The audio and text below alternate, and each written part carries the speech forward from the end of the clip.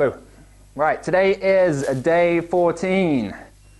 And what have we got for you today? All right, we're going to do a ladder. What I mean by a ladder, we're going to have 3 exercises.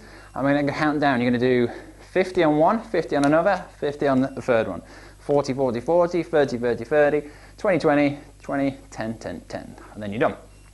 So first of all, just want you to warm up. You can throw in some seal jacks, some mountain climbers, a plank, whatever you want to do. Just get that heart rate up. A couple of minutes, that's all you need to do. Once you're warm, bang, we're into the workout. Now your workout for today, you're going to start with 50 full body extensions. So we know the full body extensions, should be getting used to these by now. Okay, 50 of those, and then move on to the next exercise, 50 mountain climbers.